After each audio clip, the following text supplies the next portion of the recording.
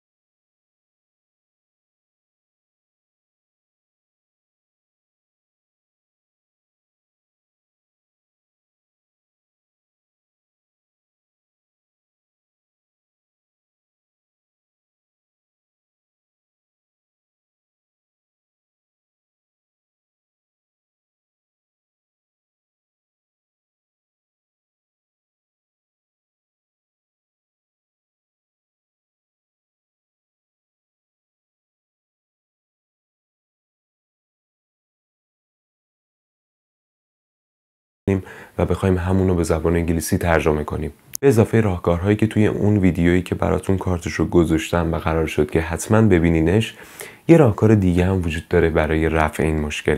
راهکار دیگه ای که میخوام بگم اینه که استفاده از دیکشنری های فارسی به انگلیسی و انگلیسی به فارسی رو محدودش کنید و سعی کنید از دیکشنری های انگلیسی به انگلیسی استفاده کنید. شاید هم توی اون ویدیو بهش اشاره کرده باشم، یادم نیست چون برای خیلی وقت پیش این ویدیو، اما خب به شدت کاربردیه. اگر اون ویدیو رو ندیدین حتما برید نگاهش کنید. زبان انگلیسی برخلاف خیلی از صحبت‌هایی که میشه و میگن به شدت ساده است و خودم هم بهش معتقدم که زبان خیلی سختی نیست و میتونید به راحتی یادش بگیرید، اما خب اگر از روش‌های اصولی و درستش استفاده نکنید میتونه خیلی راه رو برای شما طولانی بکنه و از یادگیریش دلسرد بشید. همه شما استاد زبانی ها لایق بهترین ها هستید. مرسی که تا اینجای ویدیو همراه هم بودین. باز هم عذرخواهی میکنم بابت گرفتگی صدام. اگر ویدیو رو دوست داشتین حتما لایک کنید، چنل رو هم سابسکرایب کنید تا ویدیوهای بعدی به دستتون برسه. فعلا